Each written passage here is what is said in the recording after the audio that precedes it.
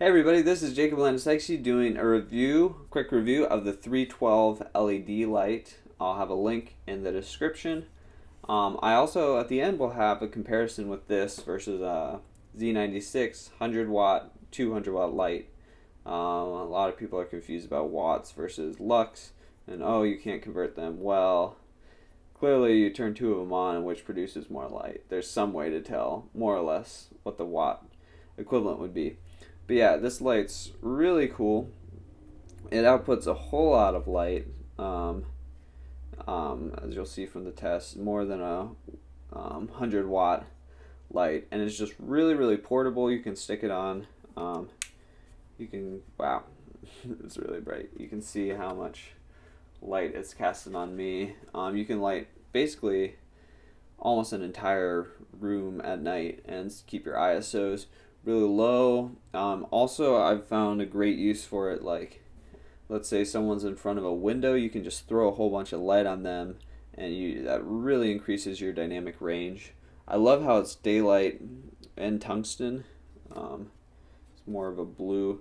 The tungsten, it goes down to 3,200K, and that's actually very yellow. And it's a little less bright with the tungsten, since half the lights go on and half the lights go off. But I actually like how it's so yellow, because then even with other lights, I can set it closer to the middle, which means it's at the full brightness and all the LEDs are on. The daylight ones must be really bright, because I don't see too much of a change in brightness when I switch from halfway in between to 5,600K. I love just how portable it is. I love how it can mount on the camera or a tripod really easily. And I love that it comes with everything. Like with the Z96, you have to get the battery and charger separate, which isn't that expensive, but it took a couple extra weeks to get there, and just more stuff to buy and coordinate. Yeah, it lasts for probably about 100 minutes, which is pretty nice. You can pick up more batteries if you want to have four. It has four in the back here. I can just switch off it's pretty easy to hold. For some really run and gun stuff, sometimes I have one person helping that just kind of holds it where it needs to be, or mounted on a tripod or the camera. The mount's very sturdy. And they've actually improved this light very recently. It's a little more solid build. I wouldn't be a huge fan of dropping it still. I mean, it's got a lot of plastic, but there'd be a chance it would survive. But the mount's pretty solid. I don't think that should be an issue. Yeah, overall, it's a really nice light. I think I'd recommend this over the Z96 if you can afford it, or the two can go really nicely with one another. Z96 was a little over 100, and yeah, this just outputs a lot more light. I like how you can switch in between, and even the battery indicator at the back is actually really nice. So with the Z96 doesn't have that, and just mid-take, boom, completely out of light, you gotta switch out the battery. Whereas this, you know exactly where it's at, and you can plan ahead and plan accordingly based off that. So yeah, I'd highly recommend this light, maybe even two or three, or two of these in a Z96 for a lighting kit.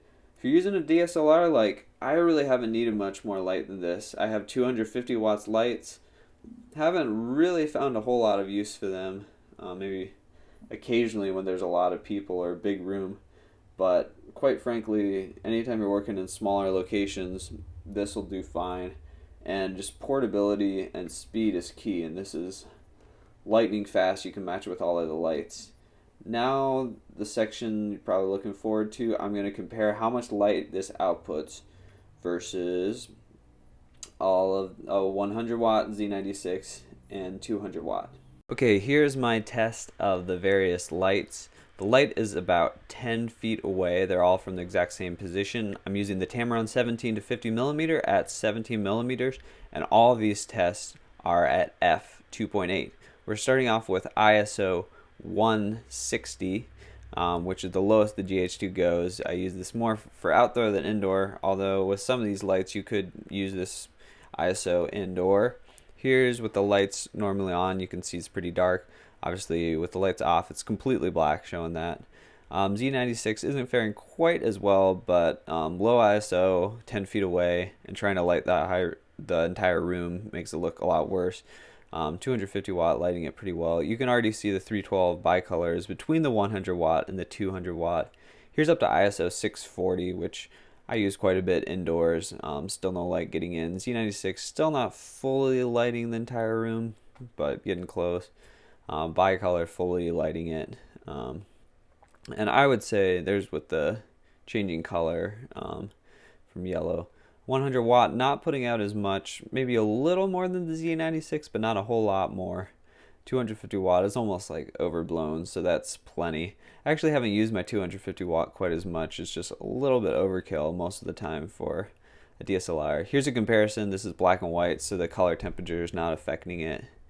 And you can actually see here, it's about 2 stops, bicolor is about 2 stops brighter and a little less than 2 stops darker than the 250 watt. And yeah, the Z96 a little darker than the 312 at ISO 640 versus 160 respectively. So I would have to say bicolor probably about 170 to 190 watt equivalent, and the Z96 probably 70 to 80 watt equivalent, if we're just talking how much light it looks like they're outputting.